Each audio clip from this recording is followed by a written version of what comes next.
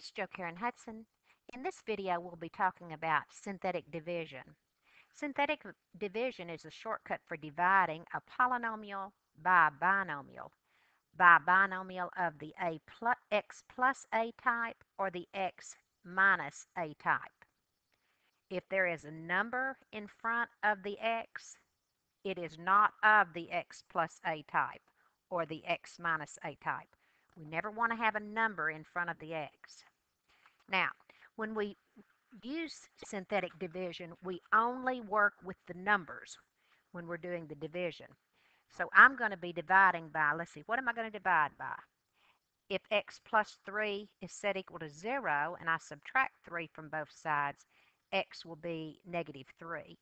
We're going to be dividing by negative 3. It's always the opposite. If this is a plus 3, you're going to be dividing by the negative 3. Now, we only use the coefficients. So I'm going to look at the coefficients of the terms. It's 1x squared, and then 10 is in front of the x, and then the constant is 21. So I'm going to use 1 for the x squared coefficient, 10, and 21. So now I'm going to bring down the 1. Always bring down that first one. And then I'm going to alternate between multiply and add. So I'm going to start with multiplying. Negative 3 times 1, negative 3 times 1 would be negative 3. And then I add.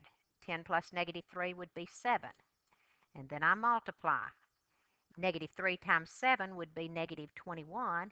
And then I add. 21 minus 21 will give us 0. Now, how do we find out what the answer is? Well, the highest exponent you see here was x squared. That's called the degree. The degree is 2. So when we write the answer, we're going to have to subtract 1 from that. So in the answer, it's going to start with 1x, or just x, plus 7, and it will be remainder 0. Or we could just write for our final answer, x plus 7. We don't need the 1, and it's not necessary to write the remainder of 0. On our second example, we're dividing by x minus 2. So if I set x minus 2 equal to 0, and I add 2 to both sides, I'll have x is equal to 2. You're always going to be dividing by the opposite of whatever that is. It's x minus 2, so we're going to be dividing by plus 2. So let's look at the coefficients now. We have 5x cubed. We have negative 5x squared. We don't have any x terms, so we'll have to put a 0 there, and our constant is negative 6. Now, we're going to start off by bringing down that 5, that first 5. And we alternate between multiply and add. So we'll multiply first. 2 times 5 is 10. And then we add. Negative 5 plus 10 would be 5. And then we multiply. 2 times 5 is 10. And then we add. 0 plus 10 is 10. And then we multiply again. 2 times 10 is 20.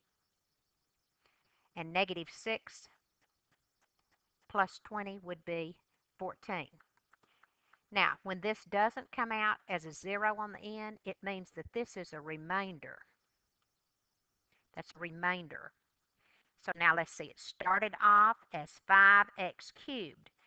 The highest exponent of the degree was x cubed. So when we write our answer, we're going to have to subtract 1 from the x cubed and start it off with x squared.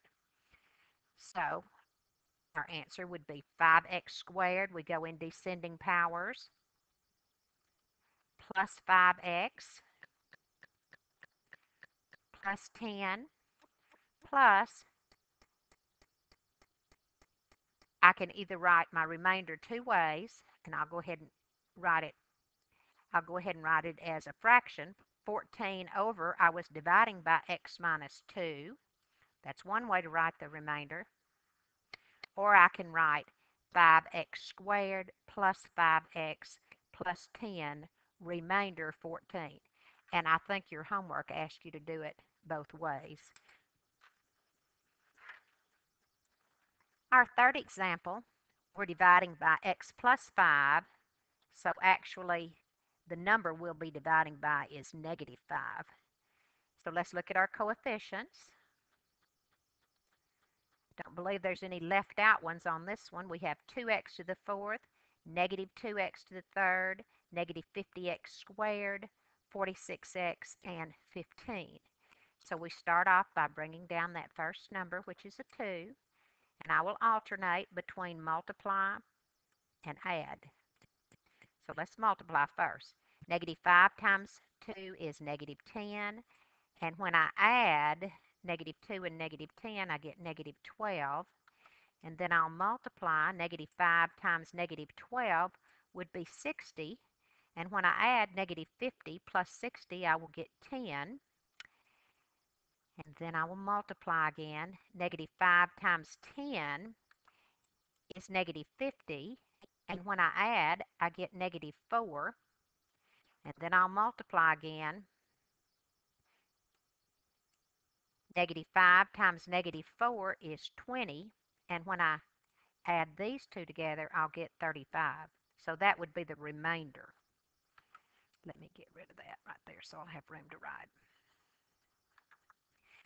So you remember our problem started off with 2x to the fourth.